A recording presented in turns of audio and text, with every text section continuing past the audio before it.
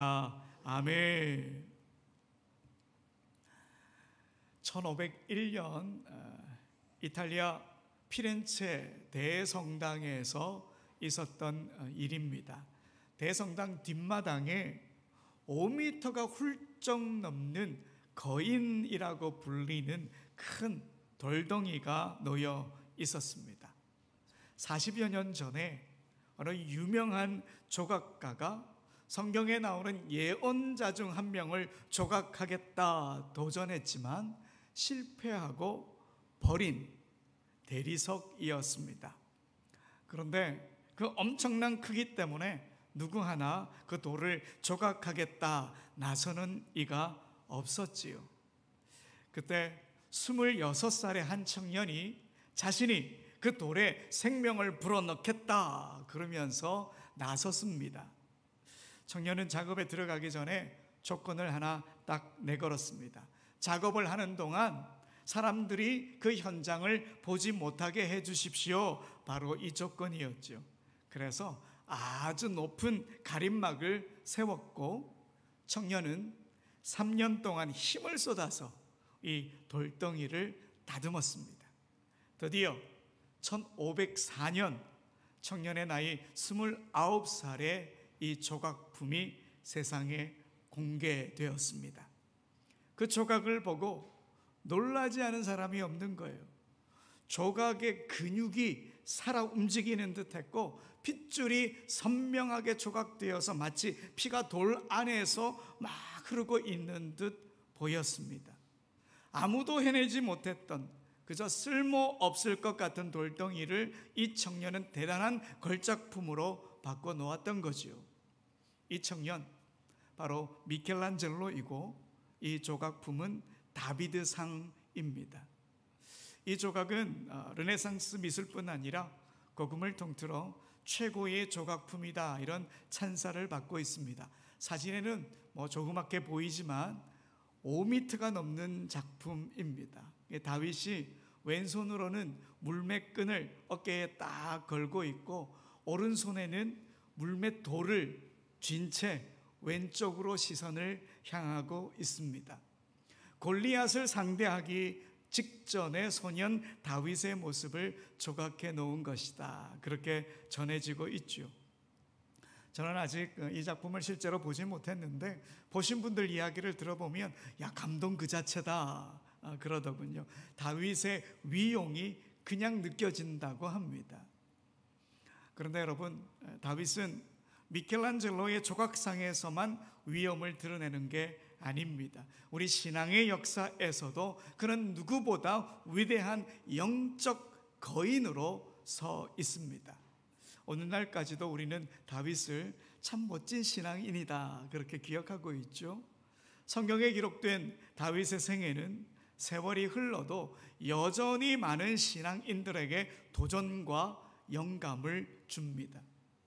물맷돌 하나로 골리앗을 물리친 모습, 도망자 신세가 되어서도 끝까지 하나님을 의지했던 모습, 전쟁터마다 하나님의 도움으로 승승장구했던 모습, 하나님이 거할 집이 없다며 마음 아파하던 모습, 이 모든 모습이 다윗을 참 멋진 믿음의 사람으로 기억하게 합니다.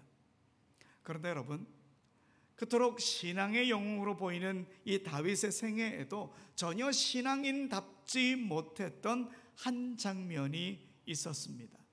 바로 사무엘하 11장과 12장에 기록된 밧세바 사건입니다.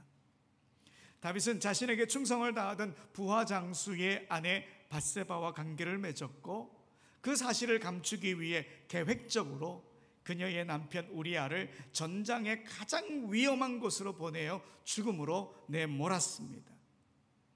하지만 놀랍게도 다윗의 그런 실수에도 불구하고 성경은 여전히 다윗을 아주 높게 평가합니다.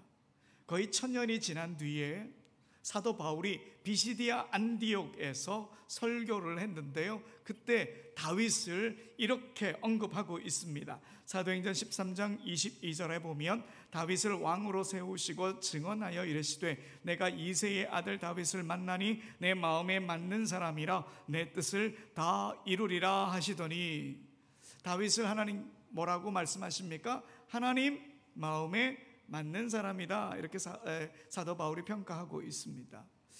이 구절에 대해 혹 이렇게 말할 수도 있겠죠. 아마 이건 밧세바 사건 이전의 다윗 이야기일 거야. 다윗이 순수하고 충성스러웠던 그 젊은 시절의 평가일 거야. 그렇게 말할 수도 있겠죠. 하지만 여러분, 사도 바울이 그 다음에 설교할 때에 이 다윗을 또 어떻게 언급하고 있는지 한번 볼까요? 사도행전 13장 36절입니다. 우리 함께 읽어봅시다. 다윗은 당시에 하나님의 뜻을 따라 섬기다가 잠들어 그 조상들과 함께 묻혀 썩음을 당하였으되. 자, 여기서 다윗을 뭐라고 평가하죠? 하나님의 뜻을 따라 섬기다가 잠들었다, 이렇게 평가하고 있습니다. 여러분, 그러면 이 평가는 다윗의 생애 젊을 때일까요? 아니면 생의 말미였을까요? 생의 말미인 거예요. 생의 말미를 평가하면서도 여전히 하나님의 뜻을 따른 사람이다, 이렇게 말하고 있어요. 여러분, 한번 생각해 보세요. 다윗이 밧세바 사건으로 말미암아 형편없는 사람이 되었음에도 불구하고 그를 여전히 하나님의 뜻을 따라 살았던 사람이라고 말하는 것, 이게 과연 옳은 평가일까요? 이 질문에 대답하기 전에 먼저 그가 넘어졌던 상황, 사무엘하 11장을 들여다볼 필요가 있습니다. 사무엘하 11장에 등장하는 다윗은 우리가 알고 있던 믿음의 사람이 아닙니다. 봄이 되어 왕들이 전쟁터에 나갈 때 다윗은 예루살렘에 머물러 있었습니다. 왕으로서 가장 중요한 사명을 뒤로 한 채 안락함에 머물렀던 거지요. 그리고 그날 밤 그는 밧세바를 보게 됩니다. 그런데 이 사건을 쭉 읽어보면 성경이 의도적으로 하나의 단어를 반복하고 있구나 하는 것을 발견하게 됩니다. 바로 보내다라고 하는 단어입니다. 이 단어가 자꾸 반복돼요. 다윗이 누군가를 자꾸 보냈다, 이 말이겠죠. 다윗은 자신을 대신해서 이 전쟁터에 요압 장군을 보냅니다. 목욕하고 있던 밧세바의 모습을 보고는 그녀에 대해 알아보라며 사람을 보냅니다. 그리고 밧세바를 데려오라고 사람을 또 보냅니다. 밧세바를 범한 죄를 감추기 위해 이제는 요압 장군에게 전가를 보냅니다. 우리아를 자신에게 보내라, 이런 전가를 보냅니다. 그 전가를 받고 우리아가 예루살렘에 돌아오자 다윗은 그를 집에 가서 편히 쉬라, 그렇게 말하지만 우리아는 가지 않지요. 그러자 다윗이 이제 어떻게 합니까? 우리아를 다시 전쟁터에 보냅니다. 그를 사지로 내몰았습니다. 그리고 우리아가 죽자 다윗은 밧세바에게 사람을 보냅니다. 그녀를 궁으로 데려오라고 말이죠. 이렇게 밧세바 사건과 관련해서 보내다라고 하는 단어가 계속 반복되는 거예요. 여러분, 이건 절대 권력자 다윗의 힘을 상징하는 말입니다. 그는 직접 움직이지 않았어요. 말 한마디면 많은 사람들이 움직였거든요. 절대 권력자 다윗의 민낯이 드러나고 만 겁니다. 이렇게 사무엘하 11장에 묘사된 다윗은 하나님을 의지하던 다윗이 아니라 자신의 힘을 이용해서 사람을 조종하고 권력으로 욕망을 채우며 그 죄를 감추기 위해 생명을 희생시킨 타락한 왕으로 등장합니다. 결국 밧세바 사건은 절대 권력자 다윗의 철저한 계획 아래 벌어진 권력 범죄였습니다. 여러분, 이렇게 보면 다윗을 하나님의 뜻을 따라 살았던 사람, 이렇게 말할 수 있나? 우리가 의문이 생깁니다. 자기의 욕심을 위해 다른 이의 생명을 가볍게 여긴 사람, 하나님의 마음에 맞는 사람이라고 부를 수 있을까? 여러분, 대답은 예입니다. 그럼에도 불구하고 다윗은 하나님의 뜻을 따라 살았던 신앙인이었고 하나님의 마음에 맞는 사람이었습니다. 무엇 때문에 그럴까요? 그 이유는 단 한 가지입니다. 그가 넘어졌지만 다시 하나님께로 돌아왔기 때문입니다. 자신을 기다리시는 하나님의 마음을 알고 진정으로 회개하며 하나님 앞으로 다시 돌아왔기 때문입니다. 돌아왔기 때문에 그를 하나님 마음에 맞는 사람이라고 평가할 수 있는 거죠. 하나님 앞으로 돌아온 이야기는 사무엘하 12장에 기록되어 있습니다. 다윗이 그런 파렴치한 일을 저질렀음에도 우리 하나님이 다윗을 포기하지 않으셨습니다. 하나님께서는 다윗에게 한 번 더 기회를 주셨는데요, 나단 선지자를 보내서 다윗을 꾸짖고 다시 하나님께로 돌아오라 하나님의 뜻을 전했지요. 여러분, 사무엘하 12장 1절 우리 함께 읽어볼까요? 시작. 여호와께서 나단을 다윗에게 보내시니 그가 다윗에게 가서 그에게 이르되 한 성읍에 두 사람이 있는데 한 사람은 부하고 한 사람은 가난하니. 자, 여러분, 여기서 눈에 띄는 단어가 하나 있지 않습니까? 보내다라고 하는 단어가 이제 눈에 들어오십니까? 지금까지 다윗의 권력을 휘두르며 반복했던 그 보내다라고 하는 말을 이제 누가 사용하십니까? 하나님이 사용하고 계십니다. 여호와께서 나단을 다윗에게 보내셨다. 저는 이 구절을 읽을 때마다 강렬한 반전을 느낍니다. 누가 진짜 왕이냐? 누가 세상의 역사를 움직이고 있느냐? 누가 사람을 보낼 수 있느냐? 그건 다윗이 아니라 하나님이시다. 이걸 성경이 지금 우리에게 보여주고 있는 거예요. 이 구절을 통해서 다윗은 자기의 권력이 하나님께로부터 왔고 자기는 하나님의 대리자에 불과하다는 것을 깨닫게 된 거지요. 그리고 나단이 비유를 통해서 다윗의 죄를 고발하자 다윗은 피하지 않고 주님 앞에 무릎을 꿇었습니다. 감추려 했던 죄를 인정하고 하나님 앞에 철저히 회개했습니다. 여러분, 그 장면 오늘 본문입니다. 사무엘하 12장 13절의 말씀을 함께 읽어보겠습니다. 다윗이 나단에게 이르되 내가 여호와께 죄를 범하였노라 하매 나단이 다윗에게 말하되 여호와께서도 당신의 죄를 사하셨나니 당신이 죽지 아니하려니와. 아멘. 여러분, 성경이 다윗을 하나님의 마음에 맞는 사람이라고 평가한 이유가 바로 여기에 있는 거예요. 그가 회개한 사람, 하나님께로 돌아온 사람, 다시 하나님 앞에 선 사람이기 때문에 그를 하나님 마음에 맞는 사람이다 말하고 있는 것입니다. 그가 골리앗을 향해 달려가면서 만군의 하나님을 의지했을 때에도 그는 하나님의 마음에 맞는 사람이었습니다. 그가 도망자 신세가 되어서 정처 없이 떠돌 때에도 하나님께만 소망을 두었기 때문에 그는 하나님의 마음에 맞는 사람이었습니다. 그런데 오늘 본문처럼 죄의 돌부리에 걸려 넘어졌을 때에도 하나님은 회개하는 영혼을 기꺼이 받아주신다, 이 믿음으로 회개하며 하나님께로 돌아왔기에 성경은 그를 하나님의 마음에 맞는 사람이라고 기억하고 있는 겁니다. 여러분, 다윗이 얼마나 철저하게 하나님께 회개했는지 아십니까? 오늘 본문은 좀 단순하게 내가 하나님께 범죄하였습니다 이렇게만 기록되어 있지만 오늘 본문의 사건을 배경으로 하고 있는 시편 51편을 읽어보면 다윗이 얼마나 절절한 회개 기도를 올렸는지 잘 알 수 있습니다. 여러분, 시편 51편 1절과 2절을 함께 읽어보겠습니다. 하나님이여, 주의 인자를 따라 내게 은혜를 베푸시며 주의 많은 긍휼을 따라 내 죄악을 지워 주소서. 나의 죄악을 말갛게 씻으시며 나의 죄를 깨끗이 제하소서. 아멘. 여러분, 이 구절에서 죄라고 하는 말이 몇 번 나옵니까? 3번 나옵니다. 3번. 그런데 흥미롭게도 각각 다른 히브리어 단어를 사용했습니다.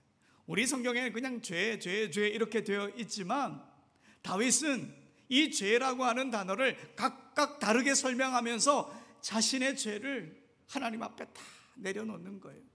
여러분, 1절을 나와 있는 이 죄악이라고 하는 단어는 히브리어 페샤라고 하는 단어입니다. 이 단어는 원래 정해진 경계를 고의로 넘어갔다, 이런 뜻을 갖고 있는 단어입니다. 그러니까 다윗은 자신이 어떤 죄를 지었느냐, 단순히 실수가 아니라 고의고 의도적으로 죄를 지었습니다, 이 사실을 인정하고 있는 거죠. 또 2절 처음 나와 있는 죄악이라고 하는 단어는 아본이라고 하는 단어입니다. 이 단어는 어떤 행동이 올바르지 못하고 구부러져 있고 막 뒤틀려 있는 그런 의미를 갖고 있는 단어입니다. 그러니까 다윗은 자신의 마음과 행위가 하나님의 말씀이라는 기준에서 뒤틀려 있는 거예요. 왜곡되어 있는 거예요. 그래서 하나님 앞에 잘못했습니다 고백하고 있는 거죠. 그리고 2절 끝에 나와 있는 죄라고 하는 이 히브리어 단어는 하타라고 하는 단어입니다.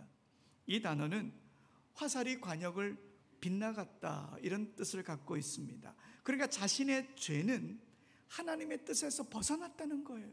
그래서 하나님과의 관계가 완전히 어그러져 있었다는 거예요. 하나님께 가서 딱 붙어 있어야 되는데 하나님과의 그 관역에서 벗어나서 하나님과의 관계까지 어그러져 있다, 이걸 시인하고 있는 겁니다. 이렇게 다윗이 자신의 죄를 조목조목 인정했습니다. 이건 자신의 죄가 얼마나 심각한 것인가, 이걸 그가 깨달았다 하는 말이겠죠. 그래서 죄를 숨기지 않고 하나님의 자비와 긍휼에 의지하며 자신의 전 존재를 내려놓고 회개했던 것입니다. 그리고 다윗이 또 어떤 기도를 올렸을까요? 시편 51편 3절도 우리가 함께 읽어봅시다. 무릇 나는 내 죄가를 아오니 내 죄가 항상 내 앞에 있나이다. 아멘. 내 죄가 항상 내 앞에 있습니다. 내 죄가 항상 내 앞에 있습니다. 여러분, 이 말 달리 표현하면 내 죄가 항상 나를 고발하고 있습니다. 내 죄가 항상 나의 양심을 막 찌르고 있습니다, 이런 뜻이에요. 여러분, 이게 어떤 의미일까요? 여러분, 나단 선지자가 다윗을 찾아온 게 언제인지 아십니까? 우리아를 죽음으로 내몰았던 바로 그때일까요? 아닙니다. 성경의 정황을 살펴보면 밧세바가 아이를 낳을 무렵입니다. 그러니까 밧세바를 범하고 9달 정도 지난 뒤의 일이었다는 겁니다. 그러니까 내 죄가 항상 내 앞에 있습니다, 이 말은 뭐냐? 내 죄가 9달 동안 나를 고발하고 있습니다. 하나님 얼마나 괴롭는지 모르겠습니다. 이 죄가 내 양심을 막막 쿡쿡 찌르고 있습니다, 이런 고백이었던 거죠. 그 긴 시간 동안 다윗은 자신의 양심의 소리를 외면했습니다. 아, 나만 침묵하면 되는겠구나. 아무도 몰라. 아무도 모르니 나만 침묵, 양심에 좀 끄리끼긴 하지만 참을래. 그렇게 스스로를 속이며 버텼던 거죠. 하지만 하나님은 다 알고 계셨습니다. 그래서 하나님은 나단을 보내셨고 다윗의 죄를 드러내게 하셨고 그를 다시 돌아오게 하셨던 겁니다. 그리고 다윗은 마침내 꽁꽁 숨겨놓았던 그 죄를 드러내며 회개했던 거죠. 사랑하는 여러분, 우리가 하나님 앞에 숨길 수 있는 게 있을까요? 아무리 은밀하게 행한 죄라도 하나님 다 아십니다. 하나님 앞에서 숨길 수 있는 죄는 없습니다. 그래서 이제 다윗이요, 시편 51편 10절에 보면 몸의 뿌리인 이 마음부터 이게 정결해지기를 소망하며 하나님께 간구하고 있습니다. 여러분, 시편 51편 10절도 함께 읽어봅시다. 시작. 하나님이여 내 속에 정한 마음을 창조하시고 내 안에 정직한 영을 새롭게 하소서. 아멘. 다윗은 겉모습만 깨끗해지길 원하지 않았습니다. 그의 속까지, 마음 깊은 곳까지 깊어지길, 새로워지길 소망했습니다. 주님, 깨끗한 마음을 주십시오. 뼈도 마음도 영도 새롭게 해주십시오. 문제의 근원이 되었던 내 마음을 주님 치료해 주십시오. 그렇게 간구했던 겁니다. 이렇게 그는 자기의 왕관을 내려놓고 자기의 체면을 내려놓고 회개의 자리로 나아갔습니다. 그리고 하나님은 다윗의 회개를 받아주셨고 그의 죄를 깨끗하게 씻어주셨습니다. 여러분, 우리 하나님 지금도 회개하며 돌아오는 자의 죄를 씻어주십니다. 깨끗하게 해주십니다. 예수 그리스도의 십자가의 그 보혈의 능력이 바로 죄 씻음의 능력이지 않습니까? 우리도 얼마든지 회개하고 주님께로 돌아서면 되는 거죠. 여러분, 우리는 다윗이 밧세바로 인해 신앙에서 실패하고 넘어졌다고 해서 그의 신앙을 평가절하할 수 없습니다. 그가 하나님께 진심으로 돌아왔기 때문입니다. 그래서 다윗은 여전히 우리의 신앙의 본이 되고 미켈란젤로의 다비드상처럼 위용 있는 믿음의 상징이 된 거죠. 솔직히 나단 선지자로부터 자신의 죄가 드러났을 때 다윗의 마음은 무너졌을 겁니다. 왕의 명예도 자존심도 체면도 다 깨어졌겠죠. 하지만 다윗 변명하지 않았습니다. 다른 사람 탓하지도 않았습니다. 그리고 그의 권력을 이용해서 진실을 덮으려 하지도 않았습니다. 여러분, 다윗의 권력 정도 되면 어떻게 할 것 같아요? 저 같으면 나단 조용히 해, 입 다물라 이렇게 말할 수 있을 것 같은데 엄포를 놓지 않았어요. 다윗은 솔직하게 자신의 죄를 인정하고 하나님 앞에 회개했습니다. 그랬기에 그는 하나님의 마음에 맞는 사람이었고 하나님의 뜻을 따라 평생을 살았던 사람이었습니다. 여러분, 어떤 사람이 하나님의 마음에 맞는 사람일까요? 하나님이 주신 사명을 훌륭하게 마친 5달란트를 더 남긴 사람도 하나님의 마음에 맞는 사람입니다. 시련의 큰 파도 앞에서 하나님을 소망의 항구로 두고 노를 열심히 저은 믿음의 항해자도 하나님의 마음에 맞는 사람입니다. 그리고 오늘 본문의 다윗처럼 잘못했을지라도 하나님께로 돌아와 어그러진 하나님과의 관계를 다시 새롭게 하는 사람, 그도 하나님 마음에 맞는 사람입니다. 그러니 여러분, 다윗처럼 우리도 하나님께로 돌아가야 합니다. 하나님 여전히 우리를 기다리고 계시니까요. 오늘 본문을 시편 51편 11절을 보게 되면 다윗이 정말 돌아가길 소망했던 자리가 있습니다. 한번 볼까요? 시편 51편 11절 읽어봅시다. 나를 주 앞에서 쫓아내지 마시며 주의 성령을 내게서 거두지 마소서. 아멘. 나를 주 앞에서 쫓아내지 마십시오. 이 기도는 주님 앞에 다시 나아가겠다 이 결단이고 앞으로 계속 주님 앞에 머물겠다 이 다짐이지요. 다윗이 원했던 장소가 어디입니까? 주님 앞입니다. 주님 앞. 여기서 주님 앞은 히브리어 원어 그대로 해석을 하면 하나님의 얼굴을 의미합니다. 하나님의 얼굴. 성경에서 하나님의 얼굴은 하나님의 존재, 하나님의 임재, 하나님의 주권을 상징적으로 보여주는 단어입니다. 창세기 3장에 보면 아담이 하나님께 범죄한 이후에 하나님의 얼굴을 피하는 장면이 나옵니다. 하나님의 낯을 피했다, 이런 구절이 있죠. 이건 단순히 아담이 하나님의 시선을 피했다 이 말이 아닙니다. 하나님의 임재를 거부한 거예요. 하나님과의 교제로부터 도망쳤다 이 말입니다. 그런데 오늘 다윗은 이제 주님의 얼굴을 절대로 떠나지 않겠다 고백합니다. 하나님의 임재, 하나님의 다스림, 하나님과의 교제를 영원히 떠나지 않겠다 그렇게 결단하고 기도하며 주님 앞에 나아갔던 겁니다. 여러분, 우리가 있어야 할 곳 어디일까요? 바로 주님 앞입니다. 우리가 돌아가야 할 곳 어디일까요? 주님 앞입니다. 그러니 하나님 마음에 맞는 사람이 누구냐? 하나님 앞에 있는 사람이에요. 하나님의 얼굴을 구하는 사람, 하나님의 임재를 누리는 사람, 하나님의 주권과 다스림을 믿으며 하나님께 인생을 맡기고 하나님의 말씀을 따라 사는 사람, 그 사람이 하나님 앞에 선 사람이고 그 사람이 하나님 마음에 맞는 사람입니다. 히브리어에서 회개라고 하는 직접적인 단어는 없습니다. 제가 몇 번 말씀드린 것 같은데 돌아오다라고 하는 뜻을 가진 슈브라고 하는 단어를 사용합니다. 그러니까 회개는 뭐예요?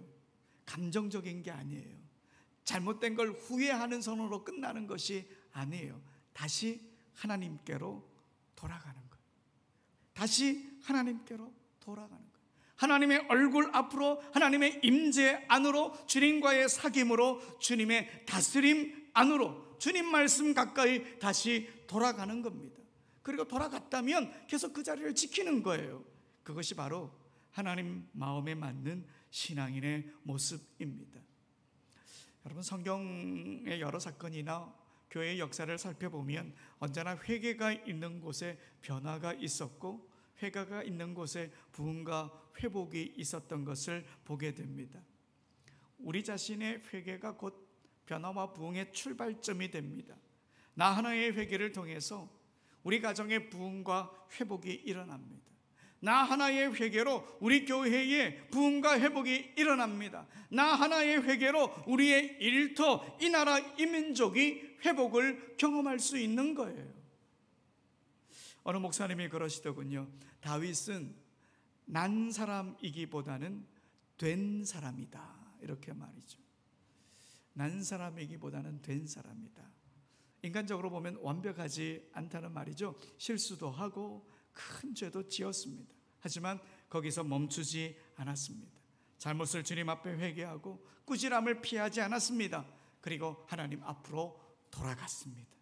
그래서 다윗을 하나님의 마음에 맞는 사람이다, 우리가 그렇게 부르고 있는 거지요. 사랑하는 여러분, 하나님의 마음에 맞는 사람은 넘어졌을 때 다시 일어나 하나님께로 방향을 돌리는 사람, 그 사람입니다. 그래서 다시 주님 앞에 서는 사람, 하나님의 얼굴 앞에 서는 사람, 바로 그 사람입니다. 지금 우리는 어디에 서 있을까요? 혹시 아담처럼 하나님의 낯을 피해서 하나님의 얼굴에서 멀리 떨어져 있는 그 자리에 우리가 머물고 있는 것은 아닐까요? 다시 주님 앞으로 돌아갑시다. 주님의 얼굴 앞에 머뭅시다. 잘못한 건 그 자리에서 바로 회개하며 주님 앞으로 돌아갑시다. 그럴 때 하나님께서 우리 안에 새로운 마음을 창조하시고 정직한 영을 새롭게 하실 줄 믿습니다. 이번 한 주 다윗처럼 다시 주님 앞에 서서 하나님의 마음에 맞는 사람으로 살아가는 우리 모두가 되길 간절히 소원합니다.